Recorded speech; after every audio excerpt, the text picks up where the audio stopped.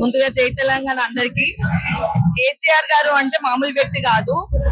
తెలంగాణ రాష్ట్ర సాధన కోసం ఆయన ప్రాణాన్ని పణంగా పెట్టి సచ్చుడు తెలంగాణ వచ్చుడో కేసీఆర్ సచ్చుడో అన్న నినాదంతో ముందుగా అందరి తెలంగాణ ప్రజల కోసం ఆయన ఎంతో కష్టపడి ప్రాణాలు సైతం లెక్క చేయకుండా తెలంగాణ రాష్ట్రాన్ని సాధించిన వ్యక్తికి, తెలంగాణ తొలి ముఖ్యమంత్రి 10 ఏళ్లు పాలించిన కేసీఆర్ గారికి కొంచెం కూడా మర్యాద అనేది ఇవ్వకుండా ఈ కాంగ్రెస్ ప్రభుత్వం ఏదైతే చేస్తుందో దుశ్చర్య, దాన్ని మేము తీవ్రంగా ఖండిస్తున్నాం.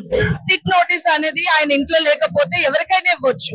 వాళ్ళ ఇంట్లో పనులు ఉంటారు, హోమ్ గార్డ్స్ ఉంటారు, సెక్యూరిటీస్ ఉంటారు. వాళ్ళకి ఇవ్వకుండా, మర్యాద లేకుండా, కనీసం ఇంగితం అనేది లేకుండా ఈ ప్రభుత్వం చేస్తున్న దుశ్చర్యను మేము ఖండిస్తున్నాం. ఎందుకంటే గోడ కంటించడం అనేది తీవ్రమైన దుశ్చర్య, అసలు ఒప్పుకునేది కాదు.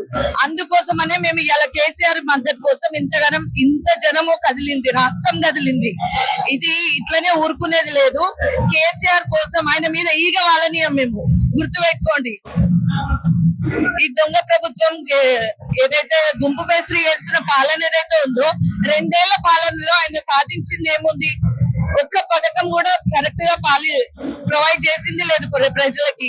అంతా యూరియా కోసం అని రైతులు కొట్లాడుతుంటుంటే